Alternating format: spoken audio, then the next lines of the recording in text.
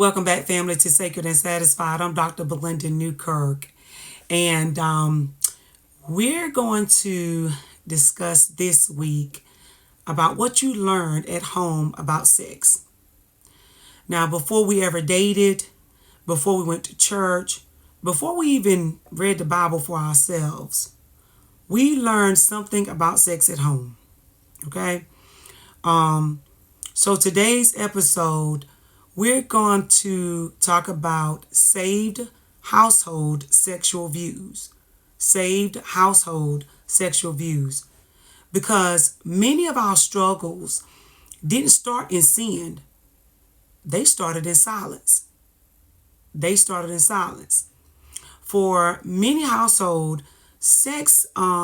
many Christian households, should I say, sex was treated as something shameful, embarrassing, or even just, should I say, unspoken, right? It was almost like it was something dangerous to even discuss or speak out or speak up about. You never discussed it at all. I know we never discussed it. It wasn't a topic that you openly went and spoke to your mother or your father about in a Christian household. We didn't sit down and have discussion about what you should do or shouldn't do, or open dialogue about sex in the house.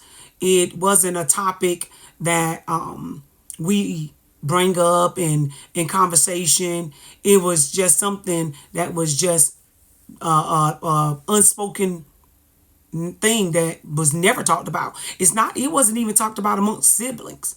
It ain't like I talked to my sisters about it. Never talked to brothers about it. It was just like one of those topics that almost like it was something you just knew was a topic, was off subject. Okay. And it was like an unspoken, shameful thing, embarrassing, almost like, oh my God, you said the sex word. It's like a word that you just whispered. You put your hand up, you say sex. They're like something. It's just the most. Oh my God, like something you just knew not to say and knew not to do, right? So, so growing up, girls just didn't think about sex. You were just taught, you didn't think about it. You was taught that boys will ruin your life, or, boys only want one thing. And boys, they didn't get a healthy or even accurate information about sex, especially from my knowledge, not from their dads. They learned it from their friends, or the distorted understanding or embellished knowledge they learned from their friends, should I say, or from TV, magazines, or pornography that they looked at.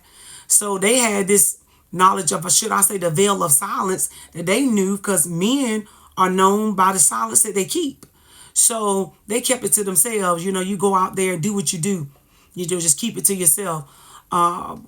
Because they're taught that they are supposed to go out there and experience, or get into things, so to speak, because it's natural for them, so to speak. But for girls, you don't get a name for yourself. You don't become the whore. You don't come the slut. You don't come the Jezebel.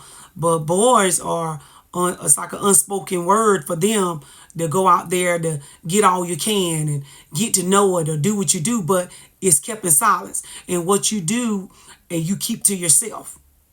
So it's an unspoken thing for guys to keep it to themselves. You do it, but you keep it to yourself. You keep your mouth shut.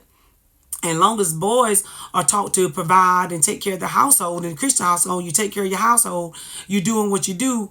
But girls is keep it to yourself. You're going to ruin your life. You don't get a name you don't get a name for yourself. So most women, or even most men in the household, what's done in the house stays in the house, and you keep everything suppressed or repressed. And what repression is the process of pushing thoughts or desires so far down that it becomes unconscious. And at first, it's quiet. You quiet the thoughts intentionally. When you repress something, you quiet the thought. You quiet the thoughts intentionally. But over time, your body learns to do it automatically. So, but scripture tells us in Genesis 1:27 and 28, if you go there, that God created the body and he called it good. So the lie at home wasn't that sex was powerful. It was that sex was like it was dirty. That sex was dirty. Because women, we grew up never hearing the word sex. It was like it was a warning. It was a warning to us. You girls, you grew up like, oh my God, sex. Don't you do that. Don't you go over there. Don't you do this, boy. So even as adults, when we grew up, sex became this thing of anxiety or shame, of embarrassment, or keeping it to ourselves. So a lot of women now have this stigma, especially in the Christian household, about sex. You know, she can love God, but now still struggle with sex and intimacy and being relaxed in that area. And men, and they're taught to go out there and get all that they can and don't have a healthy balance in relationships. So men are taught that sometimes that the desire that they have or the urge they have sometimes is a weakness, or he learns to suppress and not steward it properly. So it's not about ignoring or bearing the feelings, but about managing and directing them responsibly. So if not later, those desires would explode in secrecy, because then they're hiding what they're feeling, or they're shut down completely. But if you look at Proverbs 4 and 23, go to Proverbs chapter 4, verse 23, it reminds us that above all else, it says, guard your heart, not bury it, not ignore it, but guard it. So God created sexual desire as good. But lust is when desire rules us. When it's when you become selfish and covetous is when the problem comes. Because God created sexual desire as a good thing. But lust is when desire rules us. Whereas healthy desire can be channeled toward God and having a spouse. Okay? So sexual thoughts are normal. Even though we were taught in the household that those sexual thoughts or desires and feelings that we have are shameful, embarrassing, or wrong. We shouldn't have them. We shouldn't be thinking that way. And we were taught to suppress them, put them away, don't discuss them. They're embarrassing. We didn't even know where to place them. We didn't know who to turn to. We didn't know how to talk about them. We didn't even have a conversation. So letting them linger, however, now in our adult lives, into a lustful action outside of marriage is a problem.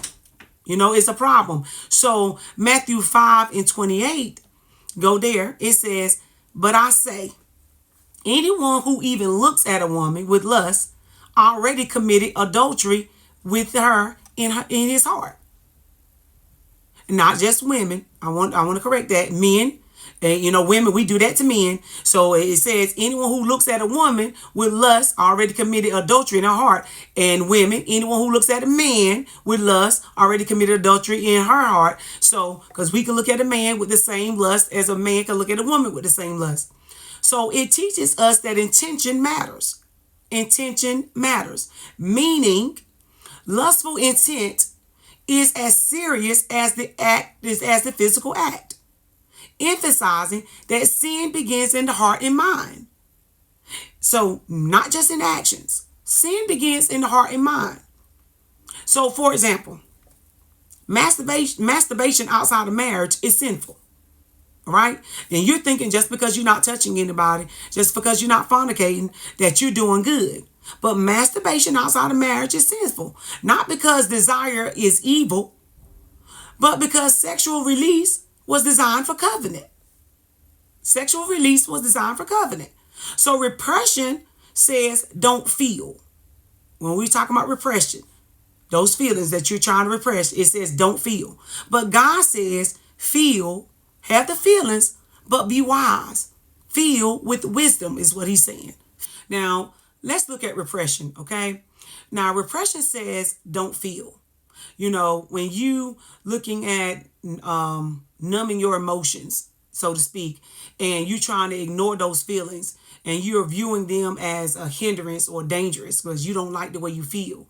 And if you're looking at them as negative and leading you to believe that you shouldn't experience sadness, anger, or even joy, and you're trying to shut them down, that's a false sense of peace that you're giving yourself.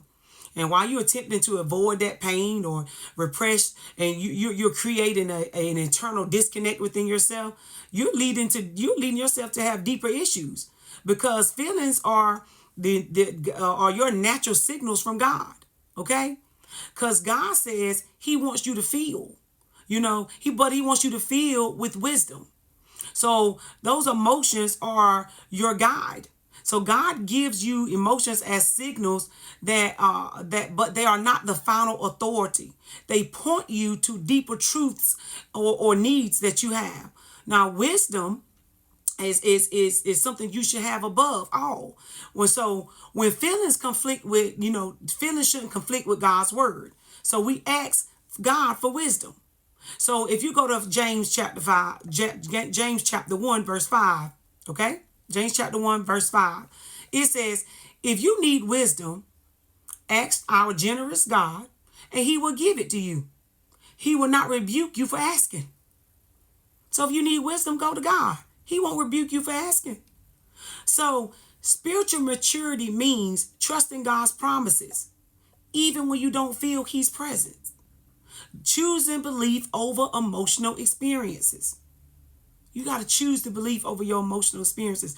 You don't base your life over your emotions, over what you feel anyway. Okay? So this involves confessing the sin, confessing what's going on, talking to God, nurturing your relationship with God through the word and prayer, and seeking godly counsel. Seeking the help that you need through godly counsel, okay? All right. So the core difference of repression, which says don't feel, and God saying feel, but feel with wisdom. So repression denies a part of God's creation, which is your emotional self. And when wisdom says feelings acknowledges emotion, but submits them to God's guidance. You're using them as a prompt to seek His wisdom and truth, not as an ultimate source of truth itself, though. So repression is shutting down or ignoring your emotional self, which is an unnatural denial of how God made you. All right. But wise feelings is presented as a balanced approach. You acknowledge and accept that you have emotions. You got to acknowledge and accept that we have emotions. We have feelings. Those feelings and those urges and things that we have, those are natural. They came from God. He wants you to have them. It's okay. But rather than letting those feelings control your actions, control you to get into something you ain't got no business, God said use wisdom. You use them as a signal to seek guidance from God. He said, come to me. He said, seek wisdom, seek knowledge. But in all thy seeking, He said, get understanding, allowing your faith and reason to guide your choices. Guide your choices and understanding. All right? Go to God and let Him lead you and guide you. Okay? So our affirmation today says, repeat after me. I release shame learned in silence. I honor God by stewarding, not suppressing my desires. Say it again. I release shame learned in silence. I honor God by stewarding, not suppressing my desires. And our reflection questions. Okay. Question 1. What messages about sex did you learn at home, spoken or unspoken? What messages about sex did you learn at home, spoken or unspoken? Question 2. How have those messages shaped your comfort or discomfort with desire? Question 2. How have those messages shaped your comfort or discomfort with desire? Okay. Understand this. Your upbringing, my upbringing as well, shaped you. But it doesn't get to define you. God heals what families couldn't explain, because my family didn't explain anything to me. My family, my siblings, nobody.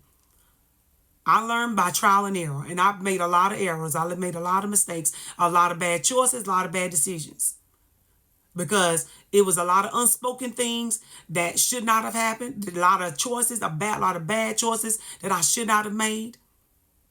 And we don't got to take our children through trial and error and go through the same things, but not discussing it openly and honestly with our children.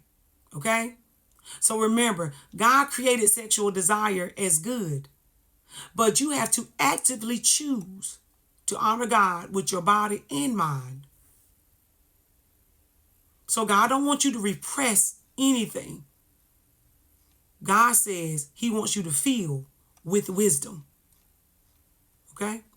I'm Dr. Belinda Newkirk, and I want you to join me next Thursday night for Sacred and Satisfied.